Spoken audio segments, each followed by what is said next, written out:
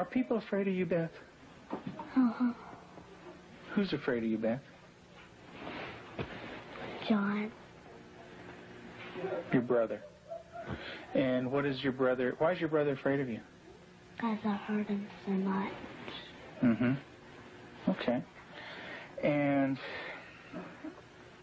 what, at nighttime, what do your parents do to your door? Lock it shut. Why do they lock it shut? Because they don't want me to hurt John. Right. And they're kind of afraid of hurting John? Of you hurting John? Mm-hmm. Okay.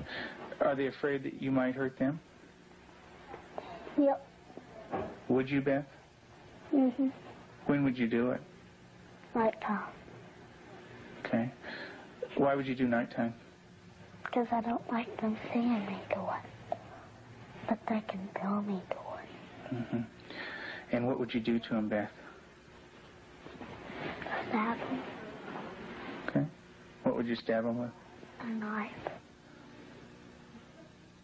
The program you are about to see was compiled from the actual therapy tapes of Dr. Ken McGidd, a clinical psychologist specializing in the treatment of severely abused children, children so traumatized in the first years of life that they do not bond with other people. They are children who cannot love or accept love, children without conscience who can hurt or even kill without remorse. This film shows the devastating effects of abuse on a child. It also shows that victims can be helped. It is the story of a 6.5-year-old girl named Beth. Do you ever stick pins in people? Mm-hmm. Who? My brother. Okay. Do you do it a little bit or a lot? A lot. Okay. And what are you trying to do to your brother? Kill him. Why do you want your brother to die? Because I was hurt so bad, and I don't want to be around people. Okay. Who else would you like to stick pins into? Mommy and Daddy. What would you like to have happen to them? Die. Jesus couldn't have lived to save Israel, yet he chose to die to save the world. Tim is the minister of a small Methodist church in the South. He and his wife Julie have been married for 12 years. Unable to have children of their own, they decided to adopt. In February of 1984, they received a call from the Department of Social Services telling them they had 2 children available for adoption. They were told that Beth, 19 months old, and her brother Jonathan, 7 months old, were normal and healthy. We did not need children to make our lives complete. We felt secure in ourselves and secure in our relationship, but we wanted to share that with somebody else, and we felt like we had a lot to pass on to a child, and that was what we really wanted to do. And when the phone call came, it was like, at last it's here. And it seemed like a miracle. It had happened so quick.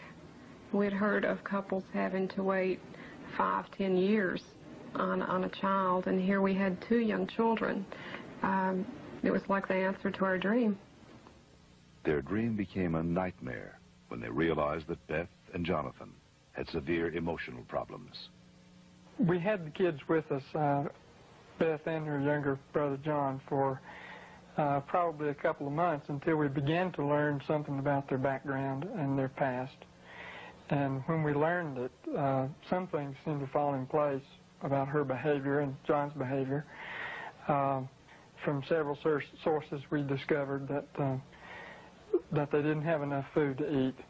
That perhaps even Beth went all day maybe with just a box of Kick cereal. John himself was found in a bassinet with little patches of urine all over it and a dirty diaper and a couple of bottles at his feet that had curdled milk, and the back of his head was completely flat. The front of his head had bulged out, and at 7 months he couldn't raise his head, couldn't roll over. He was just had no stimulation, and we think perhaps that had happened to Beth, and it wasn't very long until she began showing some signs of perhaps even some abuse. There was a nightmare that she had, and the nightmare was about a man who was falling on her and hurting her with a part of himself. Tell me about your birth father. What was that nightmare like? When he touched my vaginas Okay.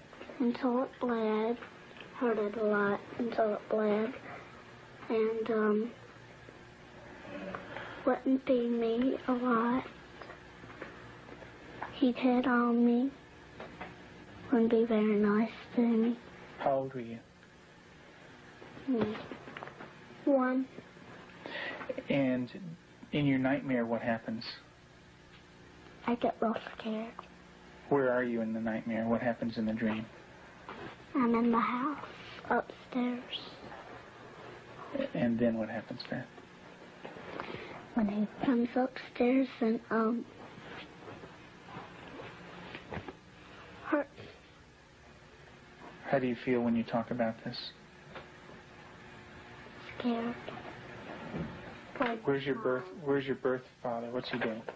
He's right there, and there's his hand. His hand's right there. Where? Right there.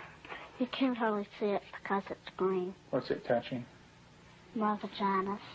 And what is your birth father doing? Hurting it.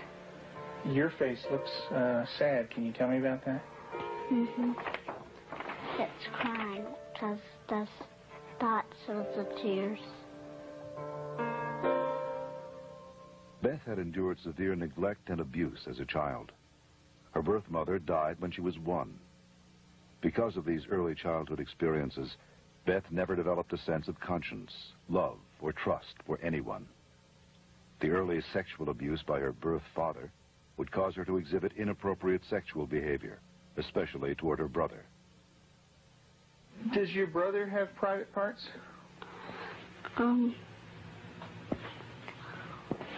Yeah. Yeah? What is his private parts?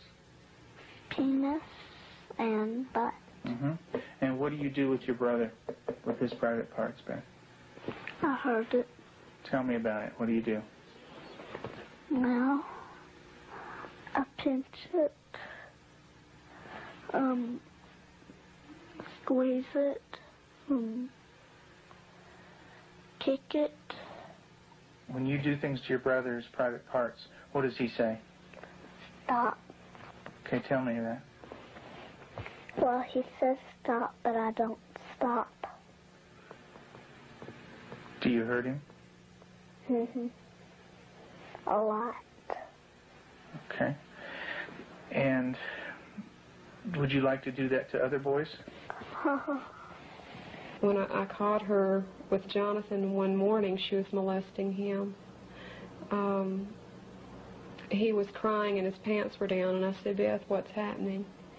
And she said, I pulled his penis and put my finger up his anus.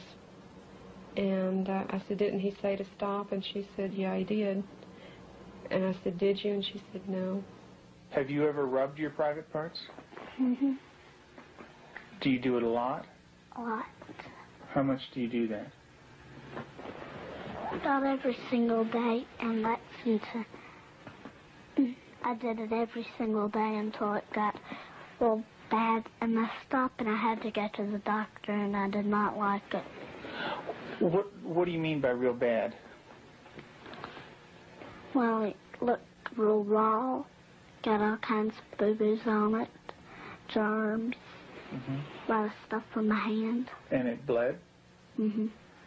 She started to masturbate at inappropriate times. I remember one time, specifically, when we were at the hospital waiting for Tim to come out. He was there visiting. And Beth and John were in the back seat, and I turned around, and she had her legs spread and was masturbating in a public parking lot. And I had tried to explain to her numerous times before that that's private area. You don't do it in public places. And gone over that with her, and and it never seemed to faze her. And Julie, how often would your daughter masturbate? daily, constantly. Do you have animals, Beth? 4 of them. Can you tell me their names? Clyde, Shuggy, Darcy, and Annie. And Daddy said a day ago that there was a stray cat who did not have a home, so Daddy was taking care of it and took it to the vet when he had his flight to go. And what do you do to the animals, Beth? Stick them with pins. Do you stick them a little bit or a lot? A lot. What are you trying to do to the animals, Beth? Kill them. What do they do when you stick them with the pins? Well, Annie cries. She's a dog. She got baby birds down out of the nest, and we thought maybe she was just curious.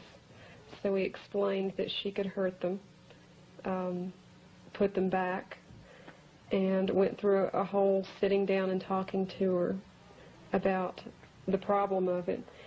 And the next day we went out to check the baby birds, and they were on the ground dead with their necks broken. Let's talk about what happened once when you were smaller, when you found some baby birds in a tree. What did you do then? I took them out. Mm-hmm. And what did Mom say to you? That the mother will not come back if somebody touches her baby. Mm-hmm. Are the baby birds kind of small? Can you describe them for me? Well, they don't have their eyes open, but they can hear me, and they look up. Are they kind of helpless? Little baby birds? Can they fly? No. Can they run away?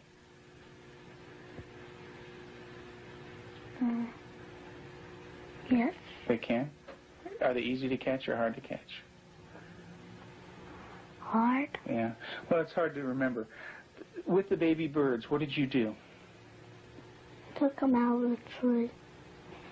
And what did you do with them? Played around too rough. Also, when at the end, I picked it up and I thought it was Dad, and I came to say, Mommy, is this bird dead? And she said, she called Daddy and said, Tim, and Daddy came and, I think I remember that they said yes. Mm-hmm. And so did the little baby birds die? I don't know. You don't remember? I just remember that I think I remember that Mommy and Daddy said the last bird we got was dead. Mm-hmm. Do you know what Mom said to me? She said that all of them were dead. Did you squeeze them? Did Baby Beth squeeze them? You're doing a good job, honey. Go ahead and tell me what happened. I squeezed them. And what happened? They died. But this kind of aggression at our animals and even at our brother Jonathan was beginning to grow to such an excess that our life was miserable at home. John would cry in the mornings and say his stomach hurt. For the longest time, we thought maybe this child has some problem with his intestinal area, or maybe he has allergies, and so we tried to get all that checked out. Come to find out, Beth was coming out of her room and hitting him in the stomach. And so as a last resort, just to protect him, we had to tie our door shut. So I guess for the last 3 or 4 months now, we've had to tie her in at night, sort of barricade her. The repercussions of Beth's tragic childhood led to uncontrollable rage. Despite the love and nurturing of her adoptive parents, she took this rage out on herself, on her brother, and on them. Her acts of violence became more and more cruel and frightening. Well, I noticed several, like paring knives in the kitchen, missing. And my first thought was Beth. And I felt a little guilty about it at first. I thought, nah. But I really didn't even mention it to her. They had been gone several weeks. She was sitting at the table drawing and mentioned to me, "What do those knives look like that are gone, Mom?" And I said, "What knives, Beth?" And she said, "Weren't they kind of silver and about this big?" And I knew then, and then this little smile that's not a sweet smile, but a malicious type of smile. And I knew then, I thought, she's got them. Tell me about the knives. Where did you get them? From the drawer. And where else? Do you remember? Mm-hmm. Tell me about it. I got them from the dishwasher. What kind of knives?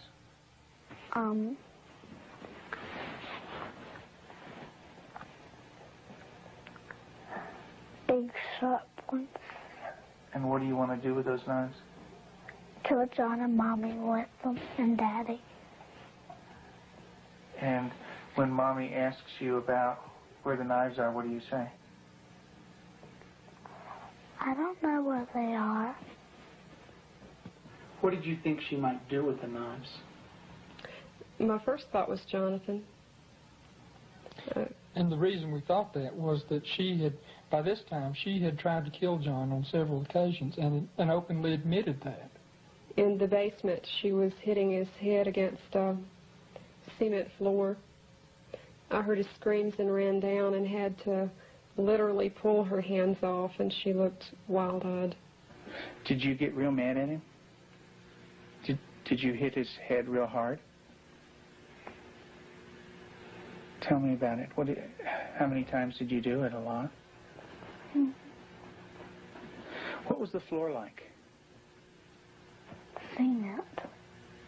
And what happened to your brother? Tell me about it. His head hurt real bad, but his chin, he had to have stitches in it. Could you stop? Use your words, Beth. No. Okay. What was your brother doing when you were doing this? Playing with the toys. Okay.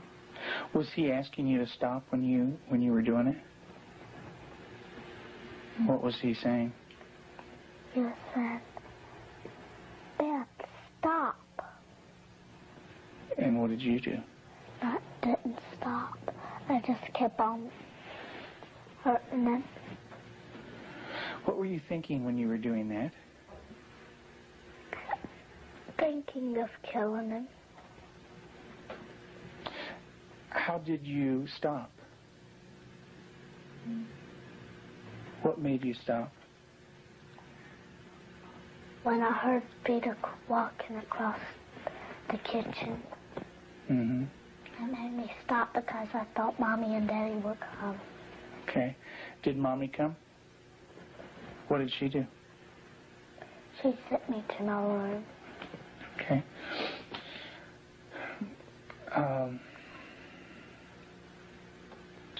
And what if Mom didn't stop you? What would you have done? Kept on doing it. And what about... After evaluating the extent of Beth's psychological problems, Dr. McGidd felt that for the well-being of the family, Beth needed to be temporarily separated from them. In April of 1989, her parents brought her to a special home with an expert at raising children with early attachment disorders, especially children who are dangerous to themselves and others. I have children that have killed numerous times. Cold-blooded family members, neighbor children killed them. And they can do it. Makes my blood run cold just thinking about 9 years old. People don't think a 9-year-old is capable of cold-blooded murder, but they are. That attachment break does severe damage to the heart, the ability to care and the ability to love. they don't care and they don't love, they're capable of anything. We're very strict about everything. Everything is completely monitored. We take complete control because a child who's unattached does not trust. And because they don't trust, they don't allow anybody to be boss of them. So we take complete control. They are not boss of anything. They have to ask to get a drink of water. They have to ask to go to the bathroom. They have to ask to leave our sight. Part of that is because we cannot trust them because of the damage that they've done before. Beth, would you like to say grace, please? Dear Heavenly Father, thank you for this good day and everybody doing good. In Jesus' name, amen. Amen. Amen. They believe that they're evil. They believe they're from the devil. They believe that they are not a person of value. And we have to change that, and we have to build that from a child who's nothing, who's a bad kid in their own mind, to a child who's valuable and loving, and they see themselves as that.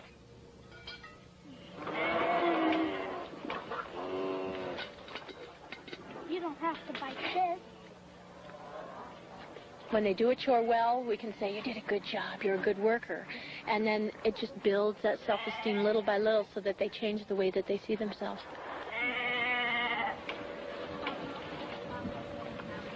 Several months into treatment in this controlled environment, Beth had made progress, and her therapist decided to loosen some of the controls. Anybody wants some more? Beth continued to show signs of improvement. She began to develop a sense of right and wrong. She seemed to respond to affection, was more outgoing. Gosh, you don't have to like. She went to public school, made friends at the local church, and even sang in the choir. And you're going to go into Sunday school again this morning? Yeah. Get stickers? Maybe you could put one on your nose. In the years you made it clear that the time of Christ was near, though the people couldn't see what Messiah ought to be. Though your word contained a plan, they just could not understand. That's Elijah? Mm-hmm. Yeah, it's a beard. See his beard. There's his nose, and that's his... Oh, I see. Yeah, see his beard is kind of flowing in the wind and everything. Elijah taken up into heaven, the fiery chariot. Huh? Well, that's Elisha. That's the other prophet that took Elijah's place. And he was left, and there's Elijah, you know. And he learned about sheep, and the Lord is my shepherd. Mm-hmm. March 3rd, you just got that yesterday, huh?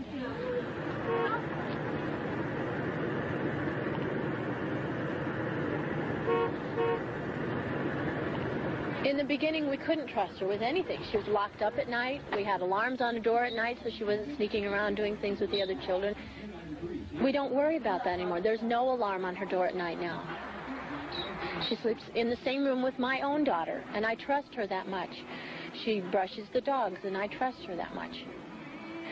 Because she has earned that trust. She's learned it. She has a heart, and she has a love inside, and she feels bad when she does something now. In the past, because she didn't have a conscience, she didn't feel anything when she did something bad. There was just no feeling there. And now she does feel bad, and it shows in her face. I believe that Beth can make it. She's got a really bright mind. She's got a good heart now, which has done a lot of healing. She's got a really super set of parents. They're powerful, they're knowledgeable, they're motivated. She's done a lot of good work with you in therapy, with CANAL and with myself. She wants to heal, and that's the #1 key. And she wants to heal because she has a family that really cares about her, and she wants to be with them. Do you know where that anger came from? That's when my birth dad hurt me. I had it all inside, and I remembered it, and I started doing it.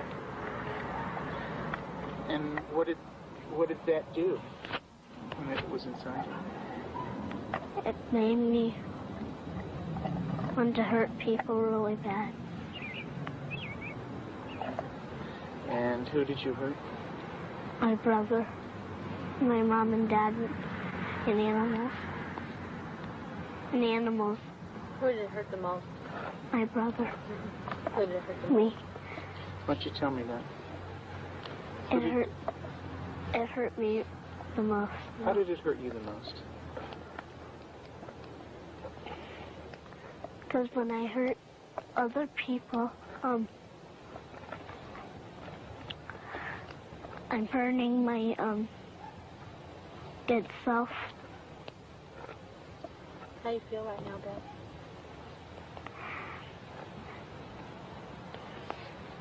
Sad. It's kind of tough to talk about, isn't it? Yeah. It is. Beth gave her last interview for this film in December of 1989. Although she had made progress, she would still need extensive therapy. Not all abused children are as deeply scarred as Beth, but all abused children suffer a profound hurt for the rest of their lives. The road to recovery is long and hard for the abused child. There are more than 1 million new victims of child abuse in America every year.